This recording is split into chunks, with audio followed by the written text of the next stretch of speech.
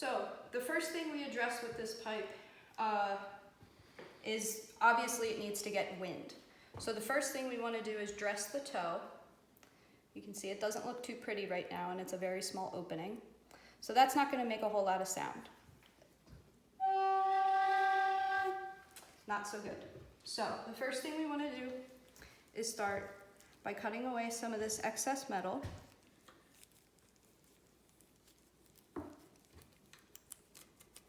Okay. And then, again, just clearing some more metal out. So now we have a nice edge around the hole.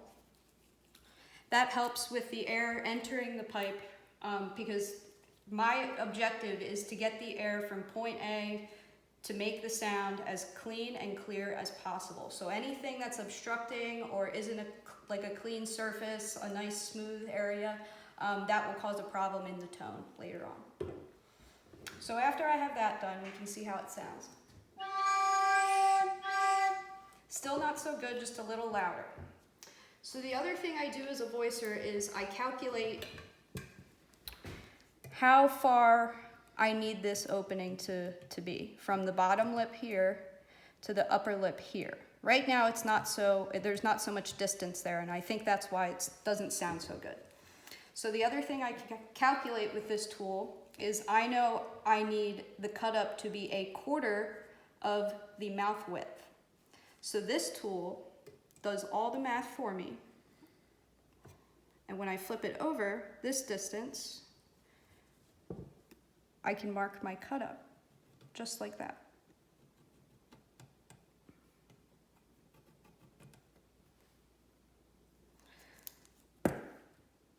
So now begins the process of taking away that excess metal. And this is just a simple X-Acto knife. And we just want to gently cut away that metal up to the line I've just made. Over and over. Taking great care not to hit the languid.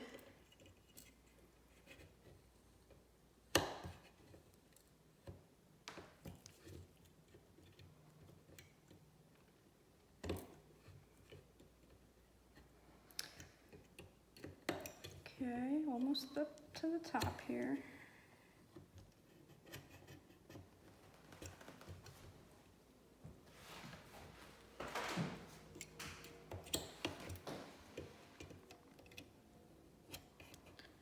And it's always important to get to the line, but not to go over it, and you want it as straight as possible.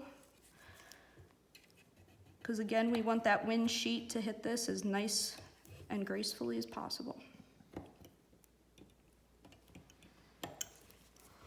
So, there's what it looks like. Okay. And the other thing we do at this point is we put a little skive on the upper lip, and that's just going to give that wind sheet just a nice flat, smooth, and thin area to make the tone we are after. Just with the back of my knife, gently scraping. You can kind of see the shiny part there. So after that, dump this metal out. Well, now let's see how it sounds. So there's some life there. Now at this point, I would address the upper lip and the lower lip. The objective here is to make sure when I look down the pipe like this, the upper lip is just passing the lower lip. So when I look down, I see they're pretty much about even. Can you see that?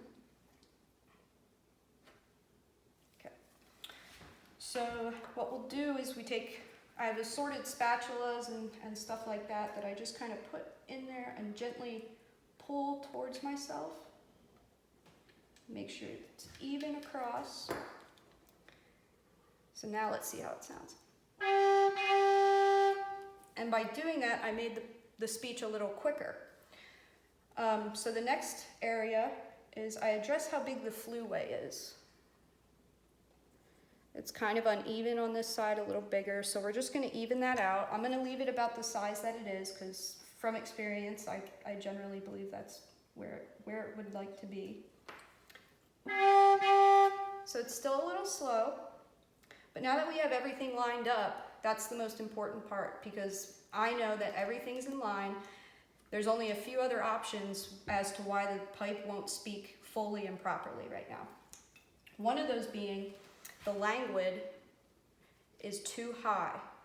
So I have to, if you can see in here, this little metal piece above the upper lip, or I'm sorry, above the lower lip right here.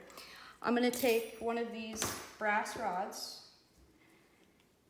and I'm just gonna give it a little tap to push it downward on both sides, because it's important that that stays even across. So now, it's a little more consistent. So let's just take it a little bit further and we'll knock it all the way down so we can hear what it sounds like when it's too quick. I think that.